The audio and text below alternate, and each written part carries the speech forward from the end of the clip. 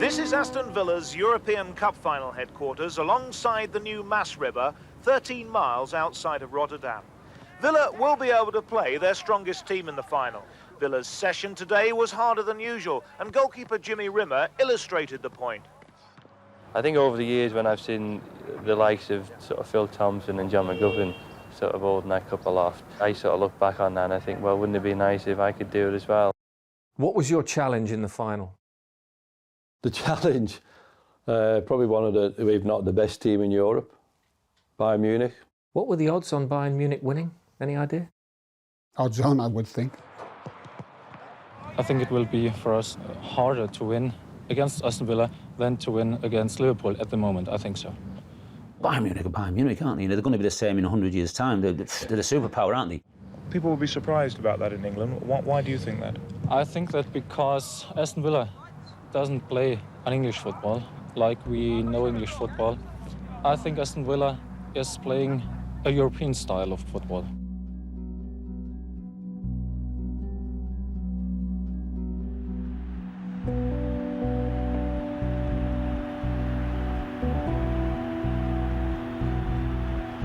Bayern Munich are the favourites, but Aston Villa aren't going to worry a great deal about that. Let me quickly bring in Brian Clough. Brian, a preliminary word for you on Aston Villa's chances? I think they've got an excellent chance. There were three of us there. There was Brian Moore and Brian Clough in the commentary position, and I was the sort of reporter. I wasn't going to get an interview in time at the end. It just wasn't physically going to happen.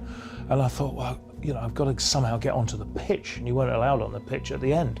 So I went to see Tony Barton, and I told him the problem, but it was about 10 minutes before kickoff. And he said, well, what can I do? And I said, well, can you let me be a substitute? Now, I don't think many managers would have stood for that, but Tony said, yeah, I don't have a problem with that. And I went and sat between Nigel Spink and Pat Hurd.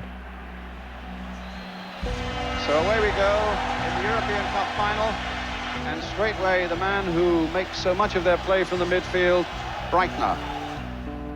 We were watching the game unfold for the first 10 minutes, and then the ball went out on the far side, and I looked over to Jimmy Rimmer and was doing this sort of motion.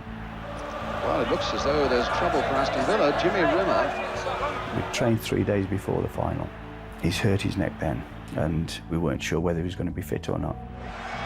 Well, this is desperate news for Aston Villa. My initial thought was, well, who's going to play in goal then? And then Gary Newborn nudged me and went, Spinksy, you're on. I said, Rimmer's shoulder's gone. You're on, by the way. What? He said, what? You're going to be in goal. Really? How many times had you played for Aston Villa before May 1982? Just the once. Did you know Jimmy had a problem? Yes. But Nigel didn't? Nigel didn't know, no. And how important was it he didn't know? Well, probably more important that he didn't know. Nigel Spink, a 6'1.5" goalkeeper with only one previous first-team game, and that was on Boxing Day 1979. Did you think about the size of the occasion you were making your European debut in? No, not at all. If I'd have had time to think about it, I could have been a lot more nervous. Oh, this could be trouble now. Sternberger's shot, well saved. For someone with no experience, hardly playing any games, to come on in the European Cup final and perform the way he did, it was incredible.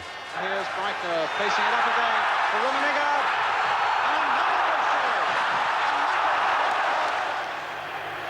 His heart must have been pounding, but he pulled off the saves. And I said to him afterwards, I said, well, that's what you paid for. Breitner's there, Sternberger's there, brilliant save by Spink. That one game defined his career. It did. It did. He was an outstanding goalkeeper. And Holmes is in there, and Spink won the game. And Nigel's made them crucial saves in the game. And they overrun us a little bit and getting opportunities. But we were very resilient. We could defend quite well and then had a bit of pace up front. Gary Shaw knocked me through, and I just turned one way, turned the other, and I could see Peter coming in. There's a good ball played in for Tony Morley. Just as it's come across and I'm just about to hit the ball into the corner of the net, it just sits on one of these little divots. Oh,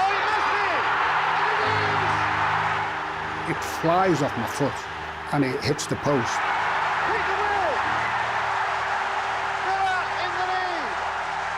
Everyone always says it comes off my shin. It doesn't really come off my shin, but it comes off between the boot and the ankle. Peter will always say he meant it, but it's Peter's right foot, and we all know it's right foot, it's over the stand. It's not in the goal, believe me.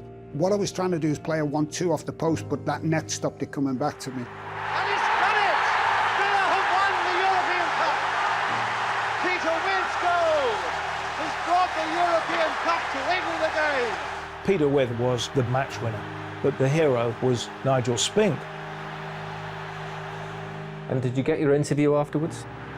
Tony Barton, you've done it. What a story to your career. Magnificent, Gary. We lived a bit dangerously at times, but at the end we won, and that's the important thing for Aston Villa, Birmingham and Great Britain. Magnificent. Well, your captain's got the European Cup. And they're celebrating, those Villa fans, as Dennis Mortimer raises that marvellous silver trophy aloft here in Holland. As I lifted that trophy up, I kept all of it for quite a long time. Half the boys never had a photograph with it. You know, a lot of people didn't expect us to get this far, especially win it. But now that we've won it, you know, it's a great achievement, not only for Aston Villa, but I think, you know, for British football. Nigel Spink, that must have been completely unexpected. Wow, it happened so quick. I didn't have time to put my tarps on. My tarps were still in my glove bag, and it wasn't until half time that I got my tarps on to keep my socks on. Sort of kept falling down. You allow yourself to think about what's been achieved, especially through that era of time when Liverpool and Forest were dominant as well, and for us to be part of that as a football club and a group of players and a group of friends, it was phenomenal. Winning the European Cup is the biggest cup you can win, and we are so honoured and privileged to have achieved that. It's something that'll live with us forever. For the 6th time in 6 years, the Cup, the European trophy, back on English soil, this time at the East Midlands Airport at Castle Donington. It's a very big trophy, isn't it, the European Cup? But apparently it was full of champagne right up to the brim at your party. It was filled up with champagne right to the brim last night, yes. And it was finished before everybody went to bed.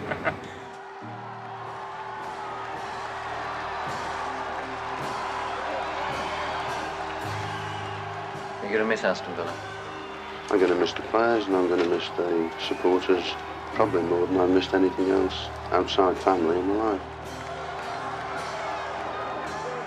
How much of that European Cup victory was down to Ron Saunders? A massive part of it. I mean, Tony Barton, a lovely man, absolute gentleman. But the work that Ron Saunders has put into us over the years, that was where it all come from. Do you think Ron's talent has been slightly overlooked because he was in the Clough era, because he was in the Paisley era? I would definitely say that, no doubt about it. What did it represent to Villa, that success? Where should it stand in the history of the club? Number one, to be perfectly honest, champions of Europe. What an achievement that is.